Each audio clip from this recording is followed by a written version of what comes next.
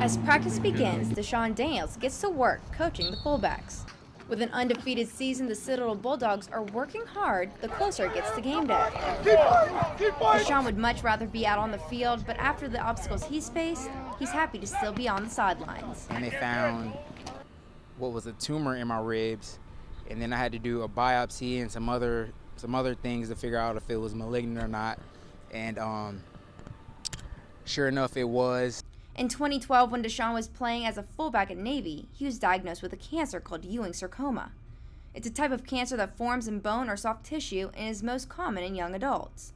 Because they were talking about having surgeries that basically they're going to pull out the rib and the ribs that were near the tumor, and it would physically impair me for the rest of my life.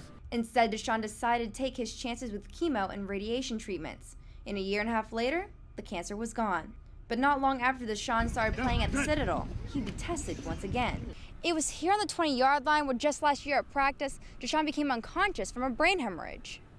It was a dark day. I mean, it was rough. Everyone was really worried. He just kind of fell over, and no one really knew what was going on. With Roper Hospital being less than a 10-minute drive away, the doctors were able to save his life, but it was a close call. 15 minutes later, and they say he would have died. They basically had to cut open my head and to relieve the pressure. And when I woke up, I was walking around for a few days with part of my skull gone, but they were able to put it back, and that was the end of my football career, but I made it through, so I'm thankful. He was forced to quit his college career as a football player, but he continues as a student coach and inspires his team through all he has overcome. He was a phenomenal player, and he's a phenomenal coach now, and a lot of things that we do are based off of him. If you really think about Deshaun and everything that he's been through, your worst day is never that bad. With a positive attitude and a smile on his face, Deshaun says that this all happened for a reason. None of this is possible without God, and my faith, it goes up and down, but I'm steadily working on it.